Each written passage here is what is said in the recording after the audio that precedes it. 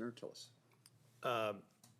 Welcome, Dr. Brazel, and I would like to associate myself with everything my friend from Alaska had to say about, I think, some of the abuses. It's even worse than that. I tried to get something done in H.R. 1 to go after third-party litigation. So it's even worse. Now you have private equity, you have sovereign wealth funds from foreign nations investing in litigation. They get some of the wins, and it's absurd. So we really do need a whole of the administration approach to getting people to recognize when our office worked on the Camp Lejeune Toxics Act, it was to do right by the families who had suffered.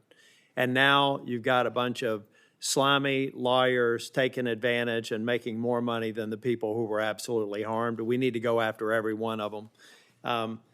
And actually, in that same bill, it was the PACT Act that I want to get to you a little bit later on about some of the headwinds that it's created because, quite honestly, with all due respect to my colleagues here, I voted against the bill because it wasn't ready for prime time, and you're going to be a part of what's going to be needed to fix it. Let me poison the well here and tell you I'm going to support your confirmation. I'm going to get back to a few questions in the time remaining, but I know the hour is late. But Mr. Chair, I want to read this. Sarah Verardo, I think that you've met Ms. Verardo before from the Independence Fund. Her husband, Mike Verardo, died. I got this statement I want to read to you because I think it's appropriate. I spoke at his eulogy.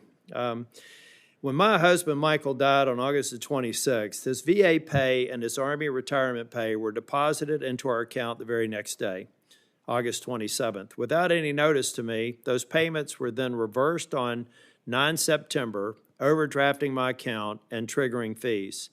I had the means to cover it, but many surviving families do not. The lack of communication in that window between a veteran's death and the start of survivor benefits is unacceptable. Families need clear notice and a process that does not leave them financially blindsided in the midst of all that grief.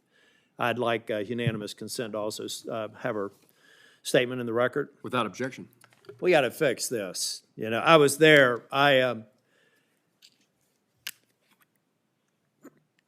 spent a lot of time at the Verardo home the night he died.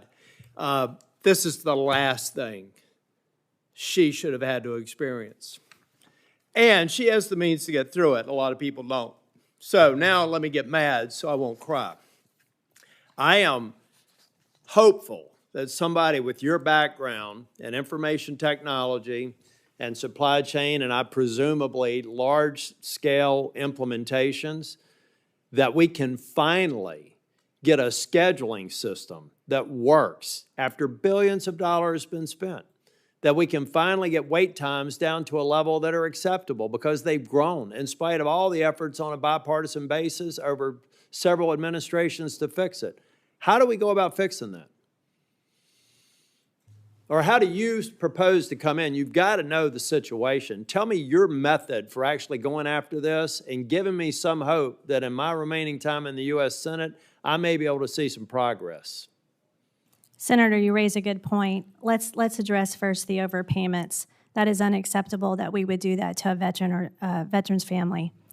We have to address that. We have to ensure that we have processes and procedures in place to actually have those capabilities of ensuring that we're not putting any veteran in financial burden.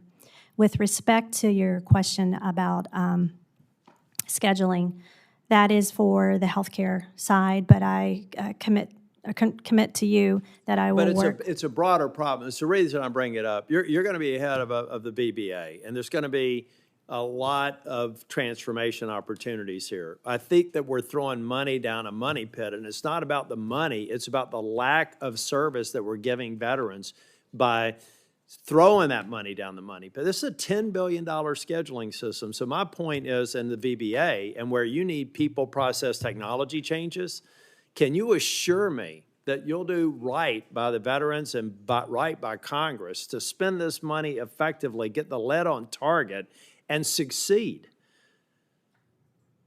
Senator, it will require the internal and stakeholder engagement, but I commit that we will ensure that the right stakeholders at the table at the very beginning to ensure that we deliver to our veterans. Well, I think we need to step back And I think we ought to have a discussion about the extent to which benefits administration's been affected by any of the decisions of Congress. Here's what I will leave you with, and I hope that you will commit to me that you will come back here.